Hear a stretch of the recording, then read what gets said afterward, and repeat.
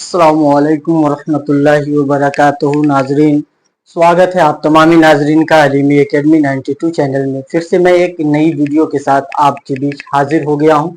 साथियों, तो हम अभी पढ़ रहे हैं बिहार बोर्ड के दरक्षा कहकशा उर्दू से चैप्टर नंबर, अभी तक हमने पढ़ा है 18 और 19। चैप्टर 18 और 19 को हमने पढ़ लिया है और फाइनली आज जो हम पढ़ने वाले हैं वो चैप्टर नंबर 20 और चैप्टर नंबर 21। इन दोनों चैप्टर को आज हम कंप्लीट करने वाले हैं। साथियों, तो इन दोनों चैप्टर के जो शायर हैं वो यगाना चंगेजी हैं। यगाना चंगेजी की लिखे हुए दोनों गजल को आज हम पढ़ने वाले हैं। गजल क्या चीज है हम और आप बहुत अच्छे तरीके से जान चुके हैं। इससे पिछली वीडियो में सब कुछ आपको बताया जा चुका है।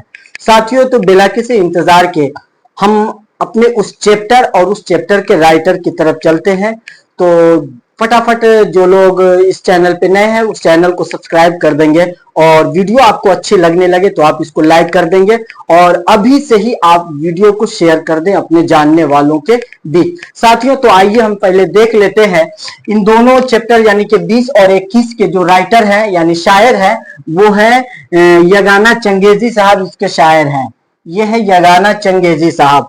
अगर हम बात करें इनकी नाम की, जो पूरा नाम इनका है, तो अगर हम बात कर लें तो देख ले आप, यगाना चंगेजी का जो पूरा नाम है मिर्जा वाजिद हुसैन यास यगाना चंगेजी। मिर्जा वाजिद हुसैन यास यगाना चंगेजी।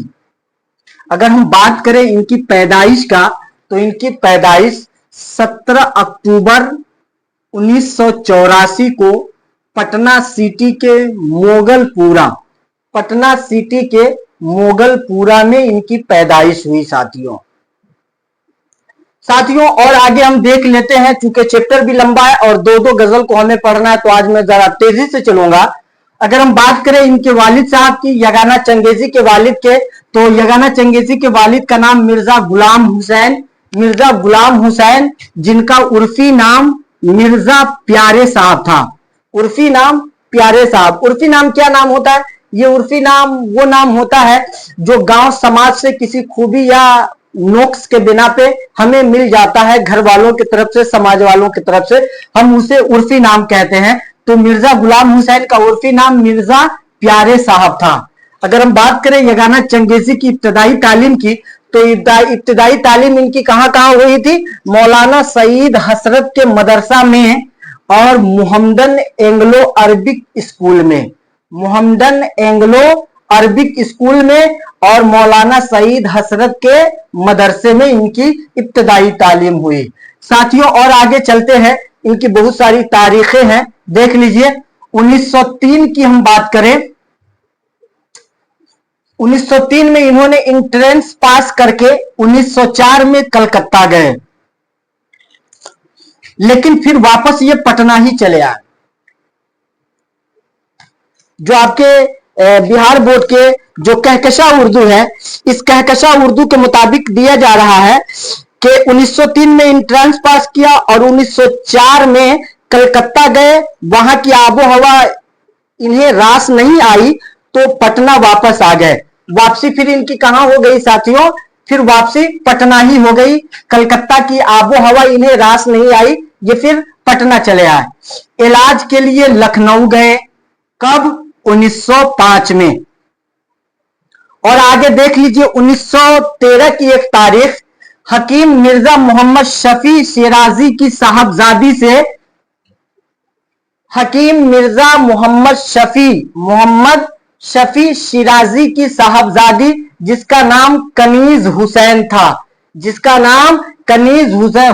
था, इनसे यगाना चंगेजी की शादी हुई।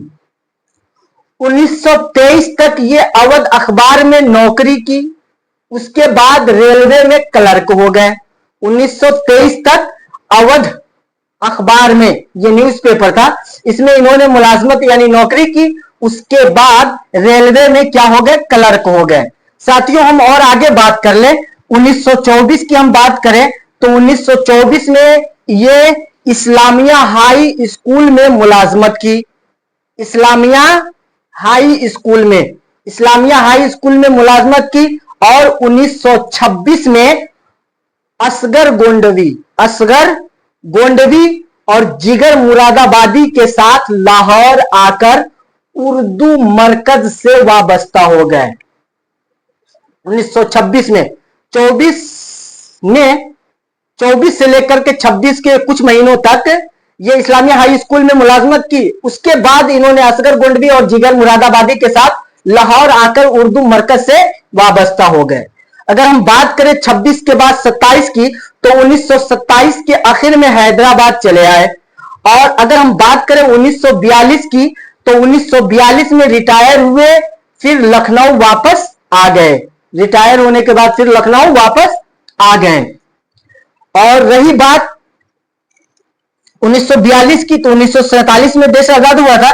इनके दोनों बेटे और बेटी और बेगम यगाना की बीवी, बेटी और दोनों बेटे 1951 में पाकिस्तान चले गए। फिर बात को आ भी गए, जैसा कि यहां लिखा हुआ है। बेगम यगाना भी पाकिस्तान चली गई। यगाना उस कर्बनाक तन्हाई को बर्दाश्त नहीं कर सके और खुद भी पाकिस्तान चले गए, लेकिन 1952 में वहां से वापस हो गए। 1952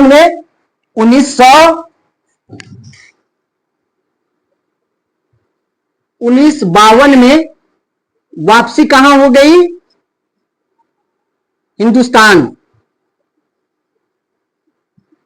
फिर 1952 में ये हिंदुस्तान वापस आ गए। और इनकी लिखी गई किताब की हम बात करें, तो यगाना चंगेजी की लिखी हुई किताब निश्तरे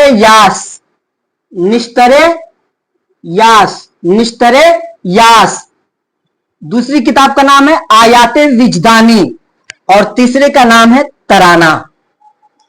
अगर लगे हाथ हम इनकी इंतकाल की बात करें, तो 3 या 4 फरवरी, राइटर को, इतिहासकार को शक है 3 को हुआ या फिर 4 को हुआ। तो चाहे जो भी हो, जब आपसे पूछा जाएगा तो ऑप्शन में 3 रहे तो 3 मार दीजिएगा और 4 रहे तो 4 वाले ऑप्शन पे धीरे से टिक कर दीजिएगा।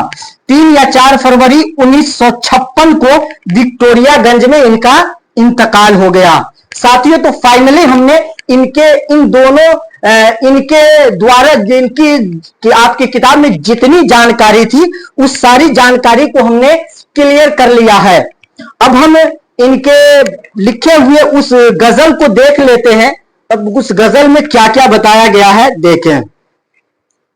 एक एक शेर मैं पढ़ता हूं और जहां पे तशरीह और एक्सप्लेन की जरूरत होगी, मैं आपको एक्सप्लेन करके समझाने की कोशिश करूंगा। तब तक आप वीडियो को शेयर कर दीजिए और लाइक कर दीजिए।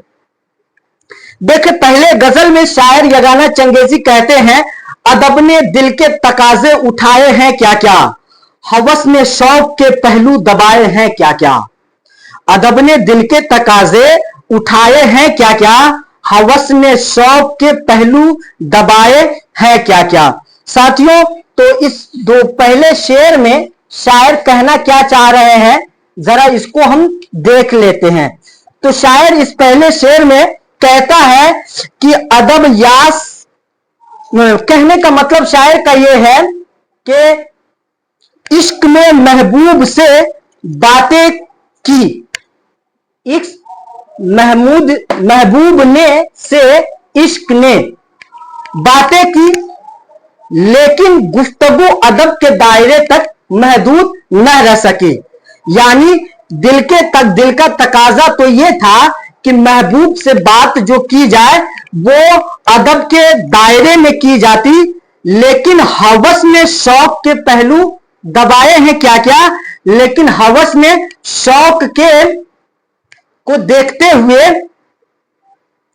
क्या हो रहा है साहब, हवस ने शौक के पहलू दबाए हैं क्या क्या, लेकिन हवस ने शौक के सारे अरमानों का खून कर दिया। और अगर हम देखते हैं दूसरे शेर को, तो इस दूसरे शेर में शायर कहता है, इसी फरेब ने मारा कि कल है कितनी दूर, इस आज कल में अबस दिन गवाए हैं क्या क्या। कह रहा इसी फरेब ने हमें मारा है कि कल कितनी दूर है, इस धोखे ने कि कल अभी बाकी है, कल अभी दूर है, जो होगा देख लेंगे, कल देखेंगे, इस चीज ने हमें मारा है। यानी कि हमारे इंतजार करने ने हमें वो जख्म दिया है और हमें ऐसा इस दहाने पे पहुंचा दिया है कि इस आज कल के चक्कर में ना जाने हमने कितने दिन गवा दिए हैं। फिर आगे शायर कहते हैं तीसरे लाइन में, पहाड़ काटने वाले जमी से हार गए, इसी जमी में दरिया समाये हैं क्या क्या। ये तलमीहाती शेर है। इस शेर में यगाना चंगेजी उस आशिक की तरफ इशारा करते हुए कह रहा कि जिसका नाम था फरहाद, उस फरहाद ने अपनी शीरी को हासिल करने के लिए पहाड़ को काटा, इस कदर काटा, इतना काटा कि वहां से दूध की नहरें निकल पड़ी। ये तारीखी बात बताई जाती है, लेकिन इसमें कहां तक सच्चाई है आई डोंट नो, लेकिन ये बात बिल्कुल सही है कि यगाना चंगेजी ने उसी शायर की तरफ इशारा करते हुए कि पहाड़ काटने वाले जमीन से हार गए। पहाड़ काटने वाले इतनी ताकत रखने वाले, चूंकि प्यार की ताकत कभी तो बहुत मजबूत होती है और कभी एक मामूली धागे से भी कमजोर होती है। मोहब्बत साथ हो तो फिर पूरी दुनिया से टकराया जा सकता है, लेकिन मोहब्बत में धोखा मिल जाए तो छोटी सी छोटी चीज से हमें डर करके रहना पड़ता है। कह रहा है कि पहाड़ काटने वाले जमीन से हार गए, इसी जमीन में दरिया समाये हैं क्या क्या। बड़े बड़ी दरिया न जाने कितनी ऊंची ऊंची बिल्डिंग को बहा ले जाती है, बड़े बड़े मोटे मोटे पेड़ को बहा ले जाती है, लेकिन वो दरिया भी इसी जमीन में समाई। बुलंद हो तो खुले तुझ पे जोर पस्ती का, बुलंद हो तो खुले तुझ पे जोर पस्ती का, बड़े बड़ों के कदम डगमगाए हैं क्या क्या।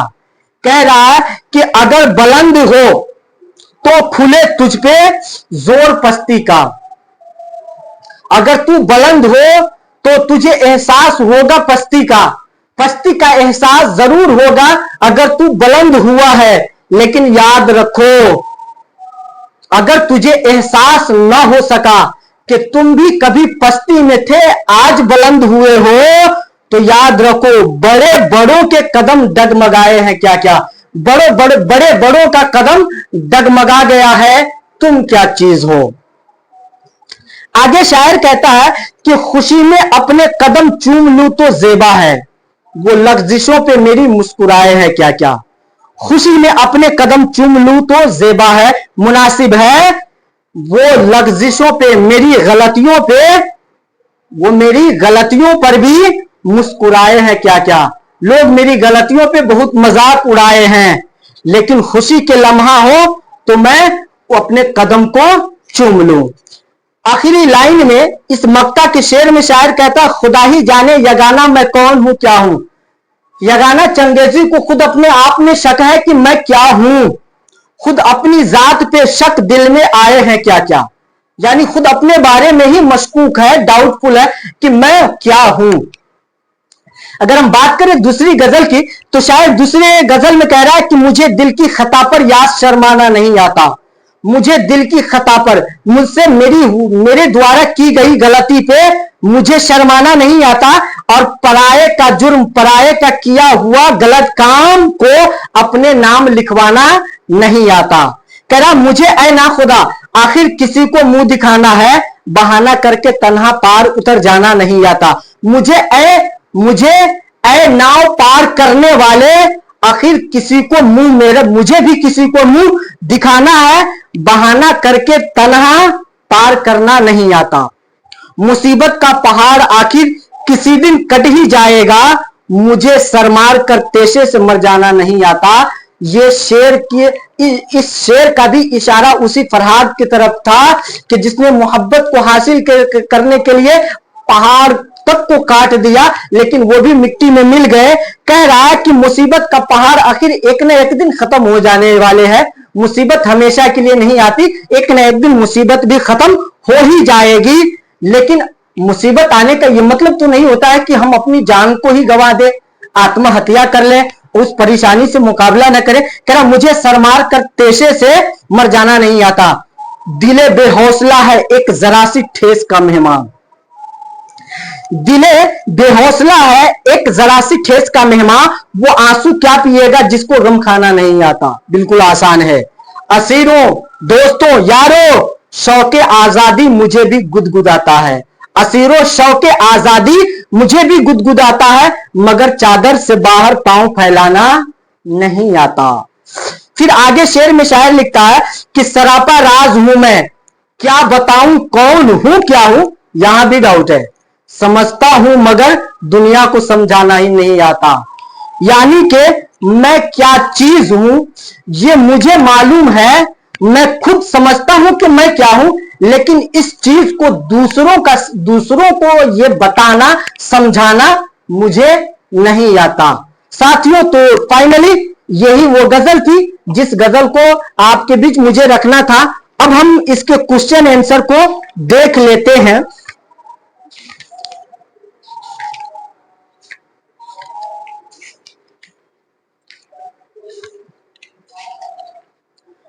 सुनिए, मुख्तसर क्वेश्चन आंसर है। सवाल नंबर 1 है कि यगाना का असली नाम क्या है। तो यगाना का असल नाम जो है ना वाजिद हुसैन यास है। यगाना के क्या माना है, तो यगाना के माना यकता और अजूबा। एकता, यकता, अकेला, मुनफरिद। सवाल नंबर 3 है यगाना चंगेजी पहले क्या तखल्लुस करते थे। तो यगाना चंगेजी पहले यास तखल्लुस करते थे, यास। फिर सवाल नंबर 4 है कि पहाड़ काटने वाले की इस्तेलाह किसके लिए इस्तेमाल की जाती है। तो यह इस्तेलाह फरहाद के लिए इस्तेमाल की जाती है, जिसने अपने महबूबा के लिए पहाड़ को काटा था। 5वां सवाल है कि यगाना की वफात कहां हुई। तो यगाना की वफात लखनऊ में हुई। सवाल नंबर 6 है यगाना किसके शागिर्द थे। तो जवाब इसका यह है कि यगाना जिगर मुरादाबादी के शागिर्द थे, जिगर मुरादाबादी के शागिर्द थे। सवाल नंबर 7 में और भी बहुत कुछ है। सवाल नंबर 7 में लिख रहा है कि मिसरे दुरुस्त कीजिए।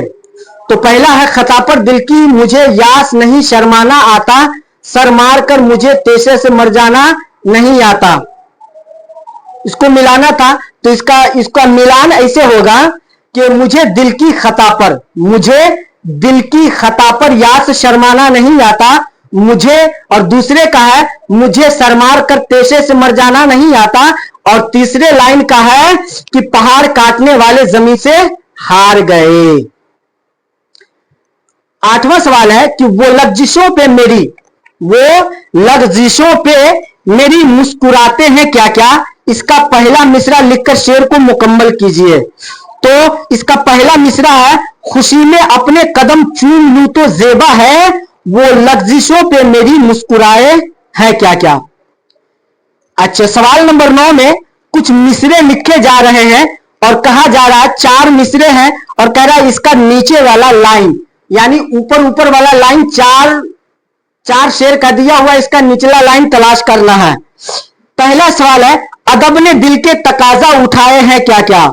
खुशी में अपने कदम चूम लूं तो जेबा है, पहाड़ काटने वाले जमीन से हार गए, खुदा ही जाने यगाना मैं कौन हूं और क्या हूं। तो देखें इसका जवाब, पहला जो है अदब ने दिल के तकाजा उठाए हैं क्या क्या, इसका दूसरा लाइन है हवस ने शौक के पहलू दबाए हैं क्या क्या, और जो दूसरा है खुशी में अपने कदम चूम लूं तो जेबा है, इसका दूसरा है वो लफ्जिशों पे मेरी मुस्कुराए हैं क्या क्या, और तीसरा जो शेर है पहाड़ काटने वाले जमीन से हार गए, इसका जो दूसरा लाइन है इस जमीन में दरिया समाये हैं क्या क्या, और चौथा जो है खुदा ही जाने यगाना मैं कौन हूं क्या हूं, इसका चौथा लाइन है, इसका दूसरा लाइन क्या है, खुद अपनी जात में शक दिल में आए हैं क्या क्या। साथियों, तो फाइनली आज का ये हमारा चैप्टर यगाना चंगेजी की जो दोनों गजलें थी, वो दोनों गजलों का ये चैप्टर हमारा मुकम्मल होता है एक ही वीडियो में। चैप्टर नंबर 20 और चैप्टर नंबर 21 ये हमने आज करा दी है। उम्मीद करता हूं कि ये सारी बातें आपको समझ में आई होगी। अगर बात समझ में आती है तो वीडियो को लाइक कर देंगे, ज्यादा से ज्यादा इसे शेयर कर देंगे, और आप मेरे चैनल पे नए हैं तो इस चैनल को सब्सक्राइब कर देंगे, साथ ही बेल आइकन को दबा देंगे ताकि हर रोज आने वाली वीडियो सबसे पहले आपको मिल सके। आज की वीडियो में बस इतनी ही इजाजत चाहता हूं। खुदा हाफिज, अस्सलामु अलैकुम।